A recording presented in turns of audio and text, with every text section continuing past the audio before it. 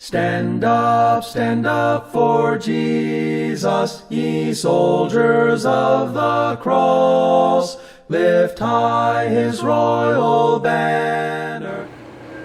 Hi mga kapatid, muli ito si Brother Michael at muli magtatalakay tayo ng isang paksa na napapanahon. At alam po ninyo, nung isang araw napanood ko ang tungkol sa isa nating kababayan sa US, isang nurse na nag-positive sa COVID-19. Pero awa naman ng Diyos, siya ay pagaling na at ngayon ay patuloy na lumalakas. Pero nakatutuwa, ang kanyang sinabi ay nag-positive lang siya, positive thinking lang. Dahil kung papatalo siya, papagapi siya dito sa nangyayaring COVID-19 na ito, itong virus na ito, nako, lalo siguro manghihina. Kaya inisip na lamang niya, nagdasal siya, inisip niya yung kanyang pamilya, tapos nag-exercise. So, naging positibo lang siya sa buhay. At alam po niyo, maging yung mga frontliners natin dito sa bansa natin, sa Pilipinas, ganoon din. Ang mga karamihang mga frontliners, even yung mga barangay natin, yung mga binibigay na relief packs, yung mga goods na binibigay sa atin, may mga nakalakip na mga letters, mga liham, mga sulat na encouragement na sinasabi. Yung mga karamihan galing sa Bible ang mga kinukuha nila na sinasabi, itong pagsubok na to ay kayang-kaya natin to, walang pagsubok na hindi binigay ang Diyos, kundi makakayanan ng tao. Nakakatuwa mga kapatid at mga kaibigan na sa kabila ng nangyayaring pandemic sa buong mundo, hindi lang dito sa bansa natin, ay marami ang nag-iisip ng positibo. Bagamat may mga ilan pa rin na parang nawawala na ng pag-asa dahil sa kakulangan, kakapusan, pero marami pa rin ang buwang kumpiyansa na malalabanan natin itong COVID-19. Kaya ngayon pong araw na ito, umisip tayo ng isang i-reverse natin ang COVID. Sa halip na tayo ay magpatalo dito, ay inisa-isa natin ang 5 salita ng salitang COVID, yung 5 letters, C-O-V-I-D. At binigyan natin ito ng pakahulugan at makikita natin sa bandang huli, COVID can save us in times like this. Okay, ano po 'yon? Gusto niyo bang malaman kung ano itong COVID na ito? Ito ang magbibigay sa atin ng lakas at ng tibay sa ating loob, kagaya ng ginagawa ng mga kababayan natin na patuloy na lumalaban. Kasama na rito yung mga frontliners natin, yung mga doktor natin, mga nurses natin, na talagang sila ang hands-on sa gerang ito. At ito na ang COVID na pantulong sa atin. Letter C. Ang letter C stands for Christ called us. Tinawag tayo ng Panginoong Jesus. Lagi nating isipin yon, na tayo sa panahong ito, tayo ay mga tinawag. Basahin natin sa aklat ng Lucas, Kapitulo 5, talatang 32. Hindi ako pumarito upang tawagin ang mga matuwid, kundi ang mga makasalanan tungo sa pagsisisi. Pagpalain ng Panginoong Diyos ang nabasang talata. At mula dito mga kapatid at mga kaibigan, makikita natin na tayo, bagamat tayo ay mga makasalanan, tayo ay galing sa kadiliman, tayo ay tinawag ng Panginoon. Kaya isang malaking bagay na alalahanin natin ang Panginoong Jesucristo na tumawag sa atin. At dahil sa tayo ay mga called out, mga tinawag mula sa kadiliman patungo sa kaliwanagan, isang malaking bagay na tayo ay tagapaghatid ng liwanag ngayon. Gaya ng sinasabi ng Panginoong Hesus doon sa kanyang Beatitudes, sa kanyang sa sermon doon sa bundok. Sabi niya, kayo ang ilaw ng sanlibutan. Kagaya natin na tayo ay galing sa kadiliman dahil tayo ay mga makasalanan at tayo ay pinili ng Panginoong Diyos na maging tagahatid ng mabuting balita sa lahat. Kaya alalahanin natin, C stands for Christ called us. Tinawag tayo ng Panginoong Jesucristo para sa isang misyon. At sa ganitong pagkakataon na pandemic, ilabas natin ang ating mga liwanag. So, Christ called us. Letter O. Ano ang letter O? Stands for obedience.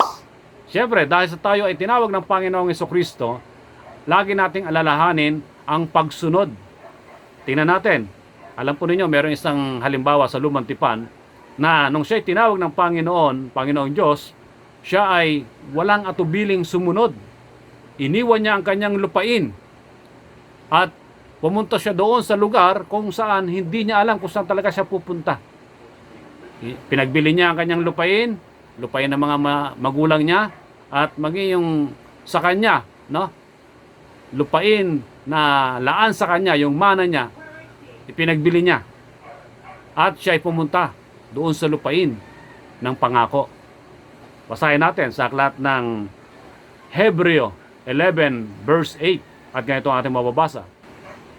Sa pananampalataya, si Abraham nang tawagin ay sumunod upang pumunta sa isang lugar na kanyang tatanggapin bilang pamana at siya ay pumunta na hindi nalalaman ang kanyang pupuntahan. See? Makikita natin mga kapatid at mga kaibigan, si Abraham, nung siya ay tinawag, gaya rin naman natin, na tayo ngayon ay tinawag ng Panginoong Jesucristo. Nung panahon sa Lumang Tipan, si Abraham, dati Abram pa ang kanyang pangalan.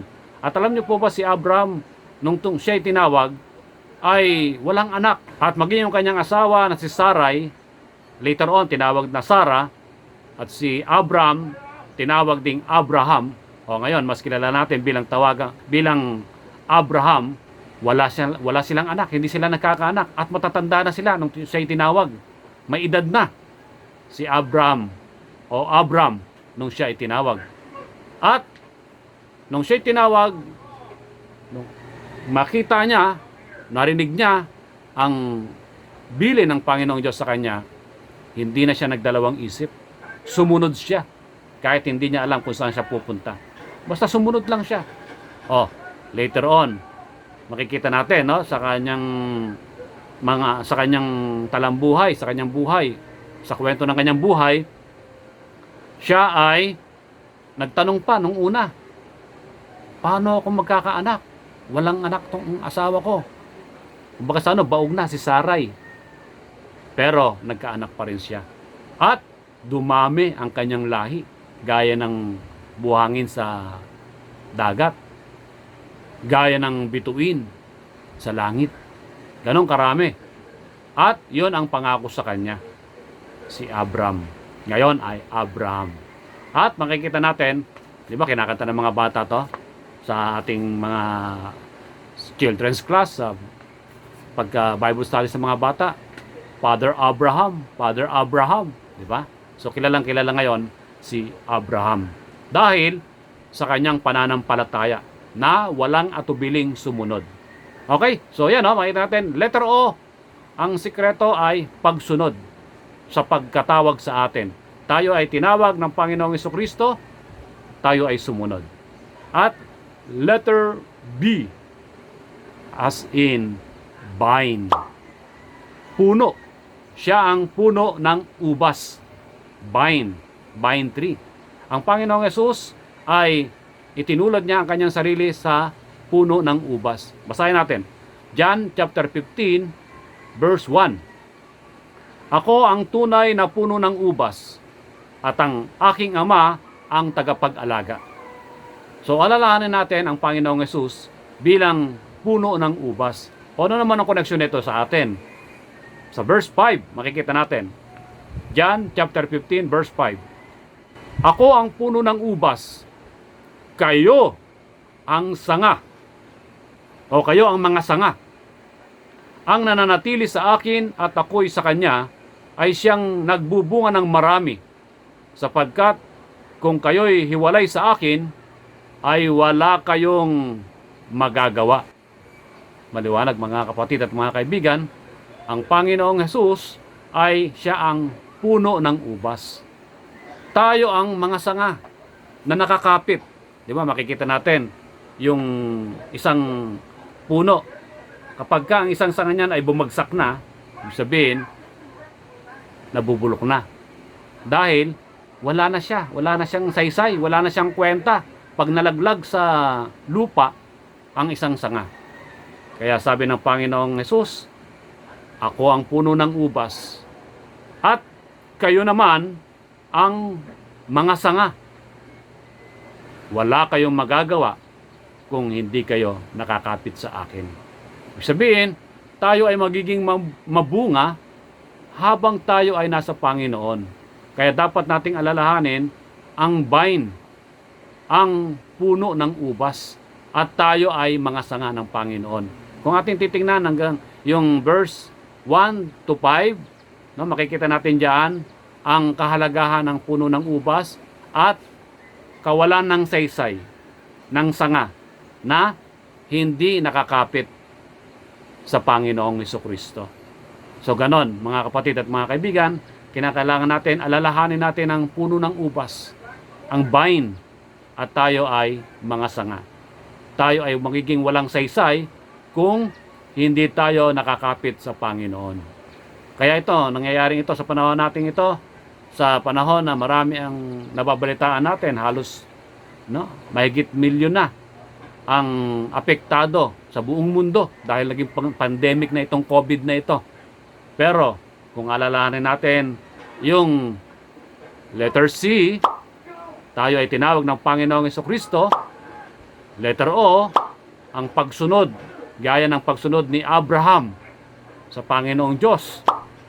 At ang vine, puno ng ubas, na tayo ay sanga ng puno ng ubas na ito. At sino ang puno ng ubas na ito? Ang Panginoong Hesukristo.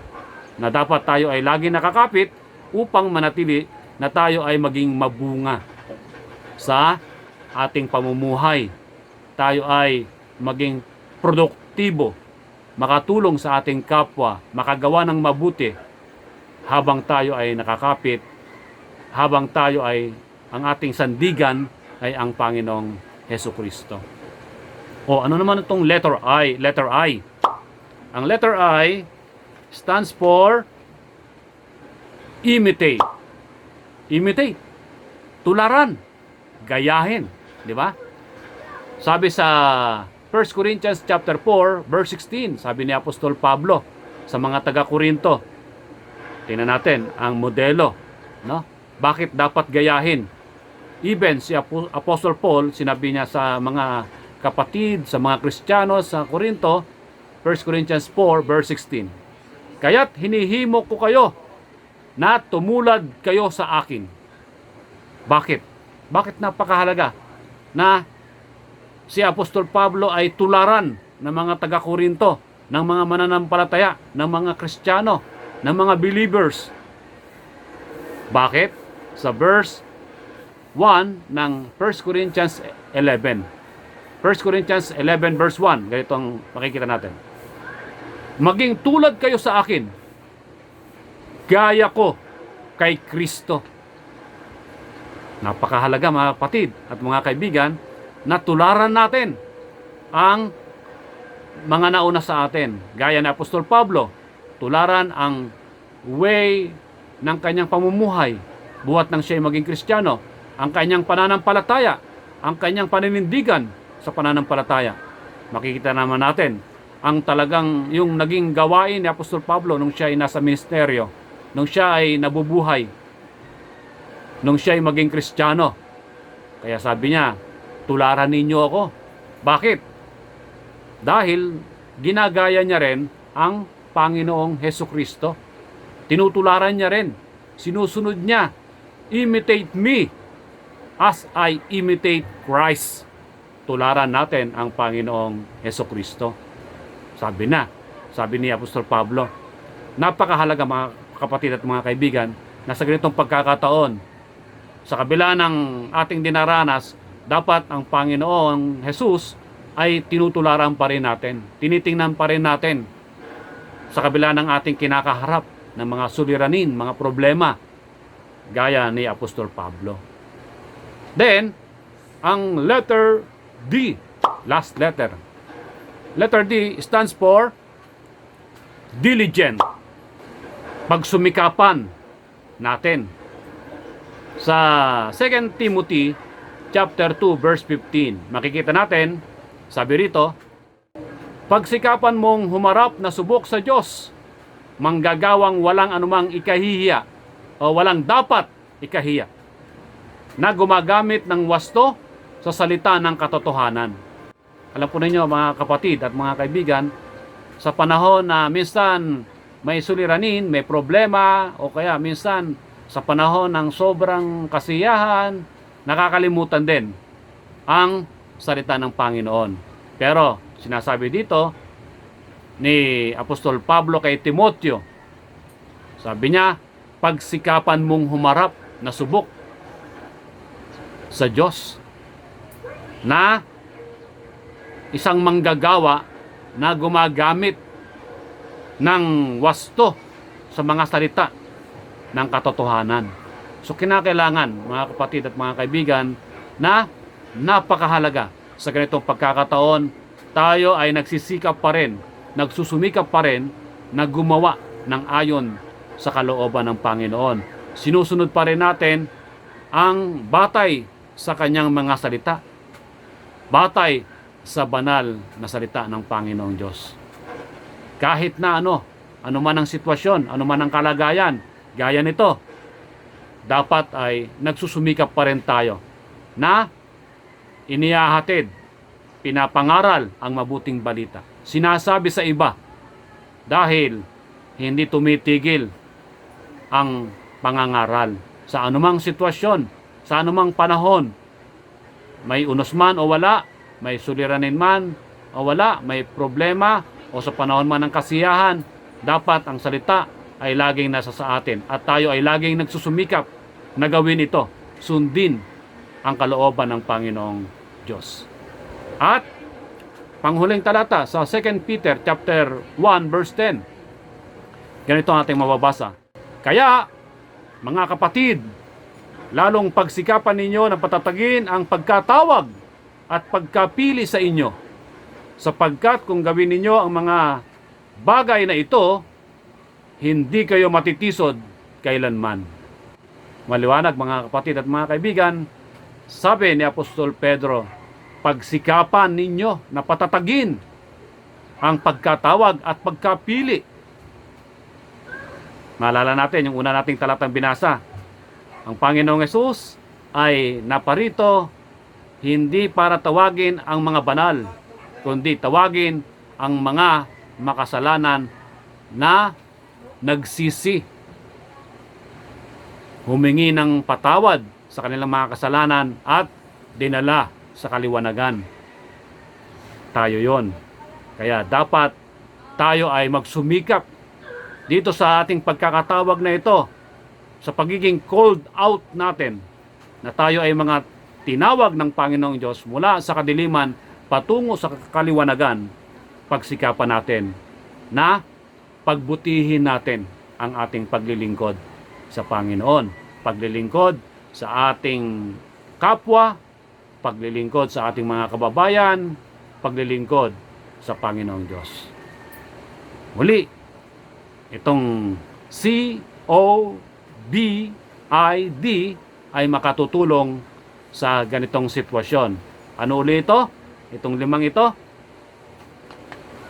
Ang C ay stands for Christ called us.